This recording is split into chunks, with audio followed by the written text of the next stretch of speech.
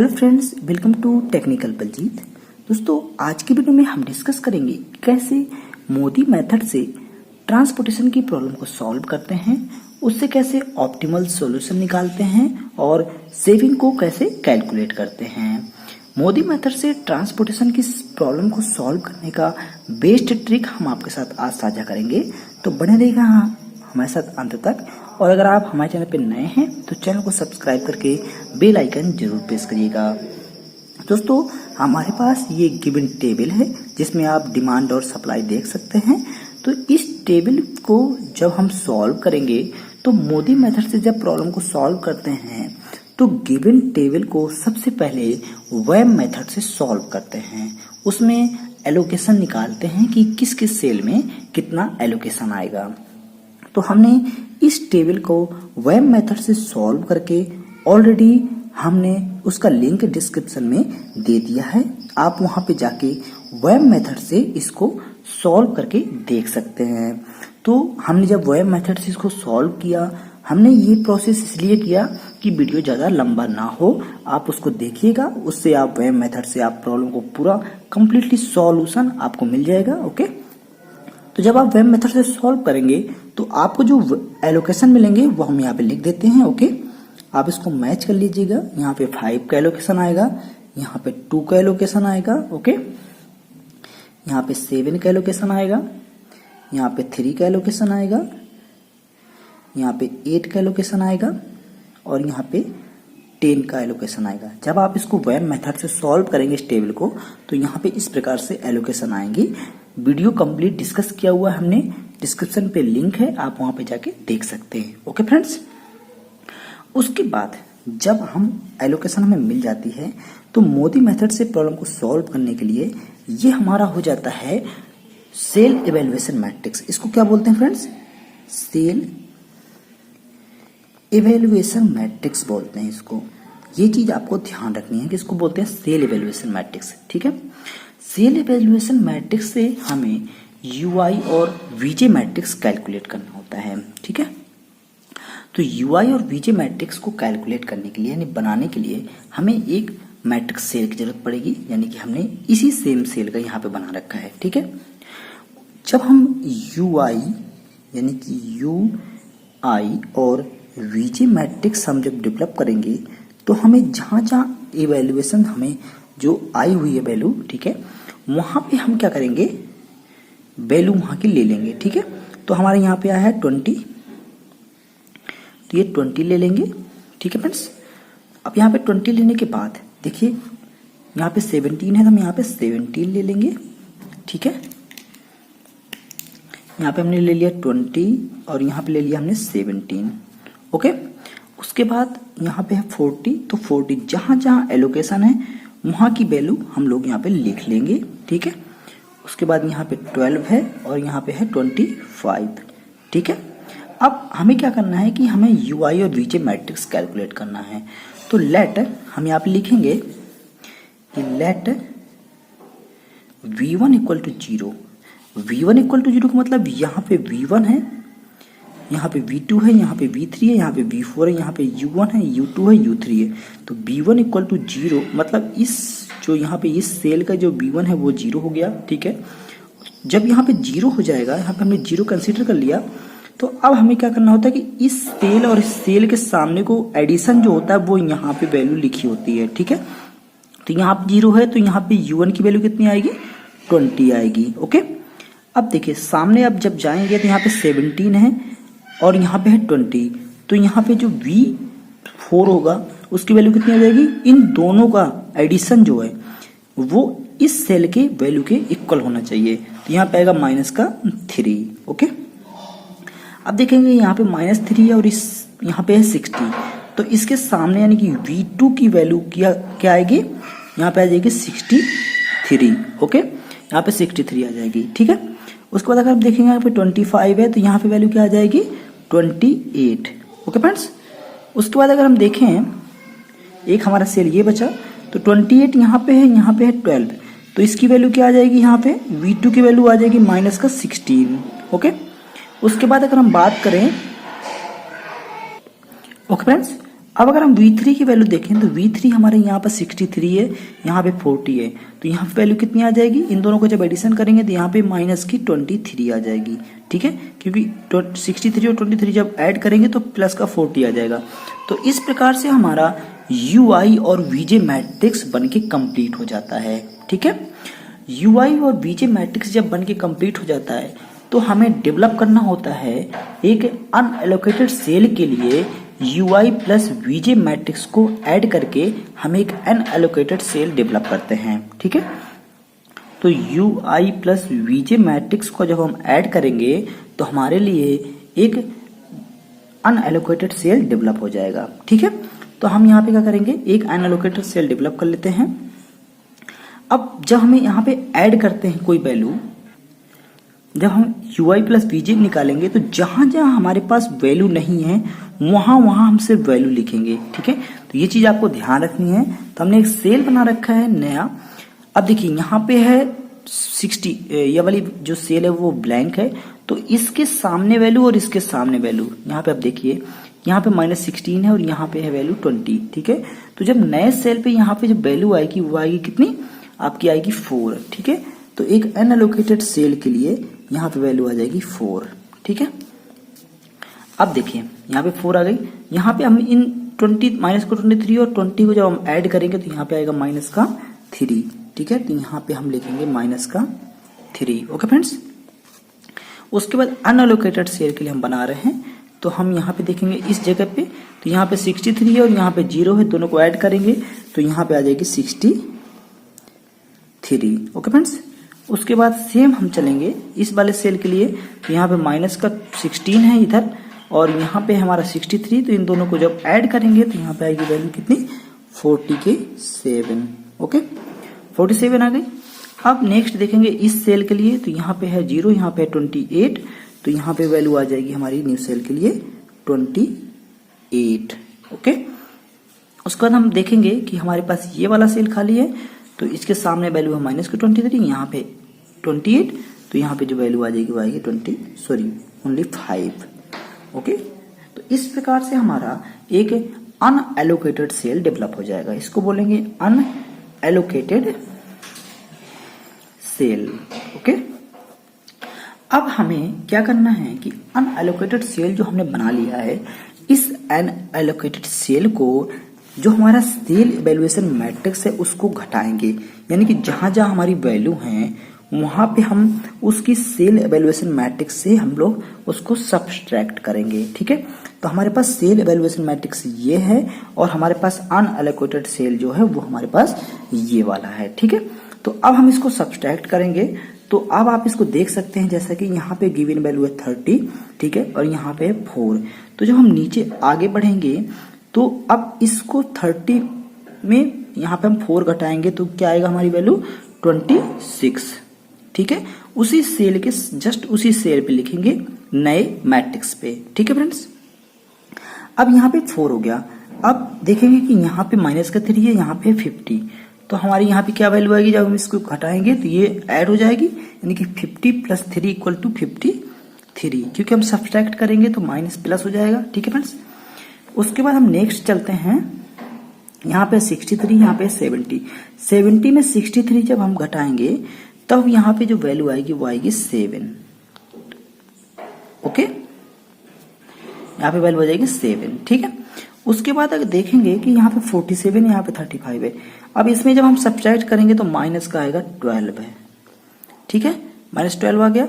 Next अगर हम देखेंगे तो यहाँ पे है 40, यहाँ पे 28, तो इसमें जब हम सब्ट्रैक्ट करेंगे, ठीक है, तो यहाँ पे वैल्यू आ जाएगी, यहाँ पे देखिए 40 दिया है, यहाँ पे है 28। ठीक है, तो जब इसको सब्ट्रैक्ट करेंगे तो यहाँ पे आएगा 12 है। ओके, उसके बाद देखेंगे यहाँ पे है 60 और यहाँ पे है 5, तो इसको जब सब्ट्रैक्ट करेंगे तो आएगा 55।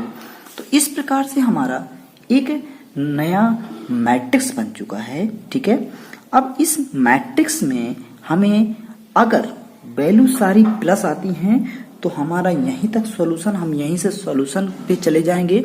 लेकिन अगर कोई वैल्यू हमारी नेगेटिव आती है तो हम इसमें मैक्सिमम नेगेटिव वैल्यू को सिलेक्ट करते हैं।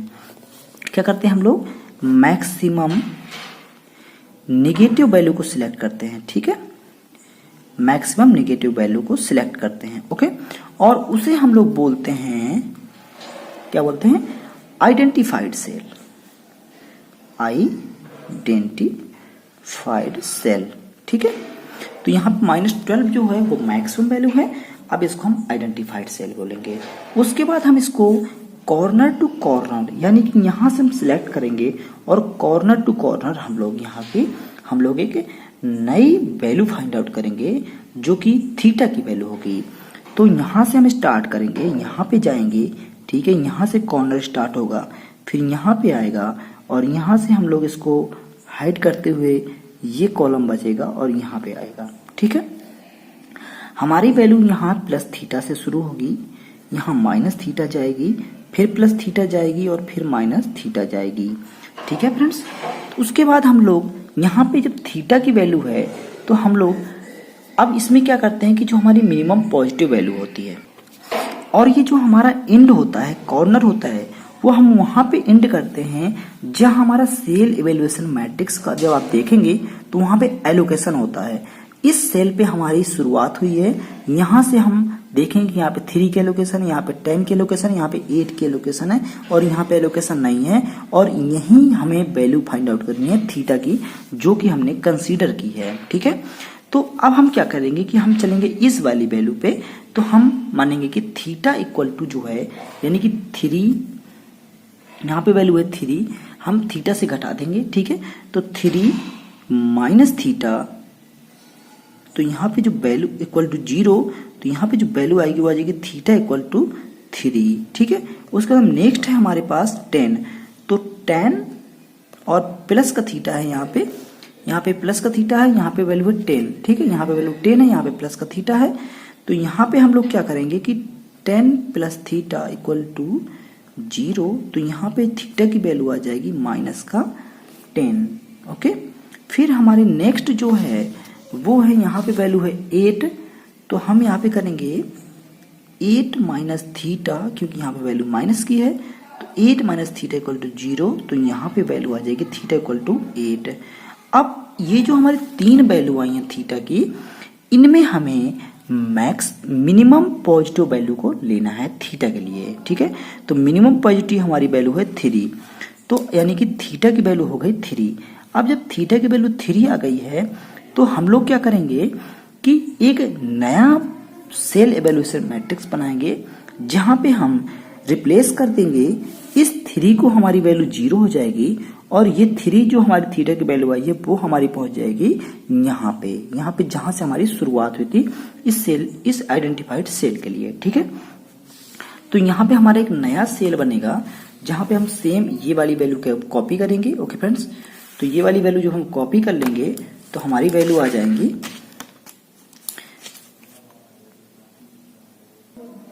तो फ्रेंड्स ये वाली वैल्यू जो है वो कॉपी हो चुकी हैं, जैसे कि आपने देखा होगा सेम वैल्यू, लेकिन हमारी यहाँ पे एलोकेशन बदल जाएंगी। तो यहाँ पे एलोकेशन था 5 का, यहाँ पे था 2 का, यहाँ पे एलोकेशन 7 का था, ठीक है, फिर यहाँ पे एलोकेशन 10 का था और यहाँ पे एलोकेशन था 8 का। लेकिन जो यहाँ पे एलोकेशन 3 का था वो एलोकेशन अब शिफ्ट होकर यहाँ पहुंच जाएगा, क्योंकि आपने देखा कि थीटा की वैल्यू यहाँ पे 3 आई है, ठीक है। तो यहाँ पे वैल्यू आ जाएगी 3। अब ये हमारा एक न्यू सेल इवैल्यूएशन मैट्रिक्स बन जाएगा, ठीक है। ये हमारा क्या हो जाएगा, न्यू सेल इवैल्यूएशन मैट्रिक्स, ठीक है। अब फिर से हम सेम प्रोसीजर करेंगे, यूआई वीजे मैट्रिक्स फाइंड आउट करेंगे, ठीक है। तो यूआई वीजे मैट्रिक्स हम लोग सेम फिर से दोबारा निकालेंगे, तो हम लोग यहाँ पे फिर से वही प्रोसीजर करेंगे जैसा कि हमने यहाँ पे शुरुआत पे किया था, ठीक है।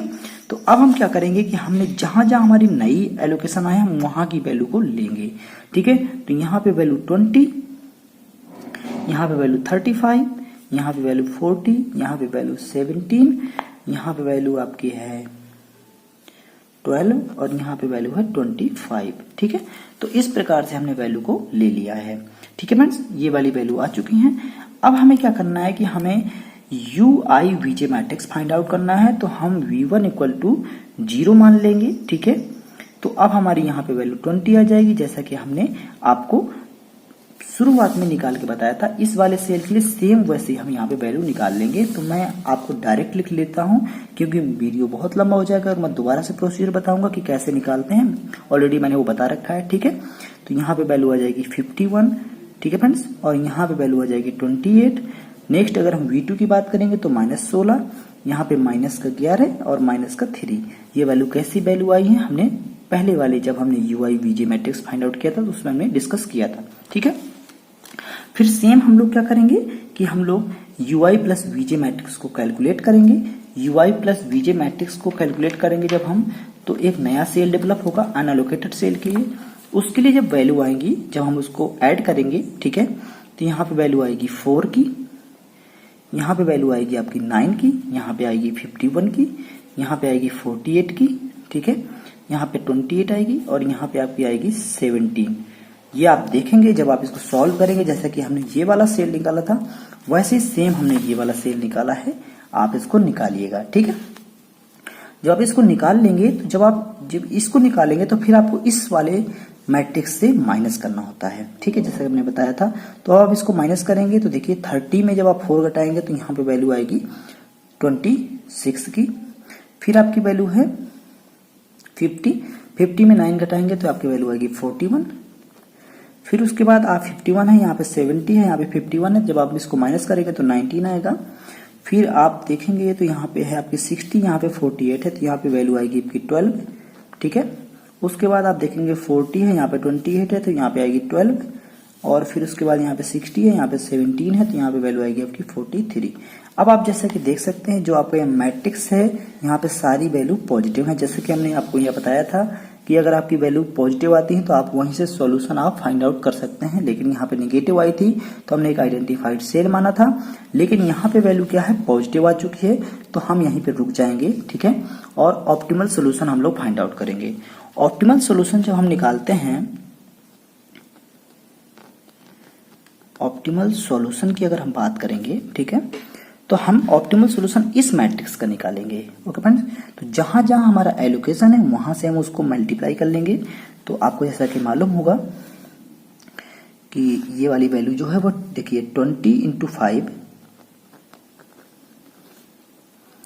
Plus 17 × 2 plus 35 × 3 plus 40 × 7, okay, 40 × 7 plus 12 × 8, 12 × 8 plus 10 × 25, 10 × 25। जब इसको सॉल्व करेंगे आप कंप्लीटली तो हमारी वैल्यू आएगी 904, ओके, रुपीज। अगर आपकी यूनिट रुपीज में है तो रुपीज। हमने जब इस वाले सेल को सॉल्व किया था तब हमने वैम मेथड से जब हमारी ट्रांसपोर्टेशन कॉस्ट आई थी तो 940 रुपीज आई थी। जब आप इसको सॉल्व करेंगे तो 940 रुपीज आएगी, ठीक है। अब हमें सेविंग निकालनी है, तो सेविंग निकालने के लिए हमें क्या करना होता है, सेविंग निकालने के लिए जो हमारी वैम मेथड से जो कॉस्ट आती है यानी कि 940, उसको हम जो मोदी मेथड से निकालते हैं उसमें हम माइनस कर देते हैं, तो हमारी जो सेविंग होती है वो 36 रुपीज की आती है। तो इस प्रकार से हम लोग मोदी मेथड से सेविंग निकालते हैं ऑप्टिमल सॉल्यूशन की हेल्प से। तो ये प्रोसेस अगर आपको कंप्लीटली समझ में आया है तो वीडियो को लाइक और शेयर जरूर करिएगा और चैनल को सब्सक्राइब करना बिल्कुल भी मत भूलिएगा। ऐसे ही इंटरेस्टिंग वीडियो आपके साथ साझा करेंगे। Thank you for watching. जय हिंद।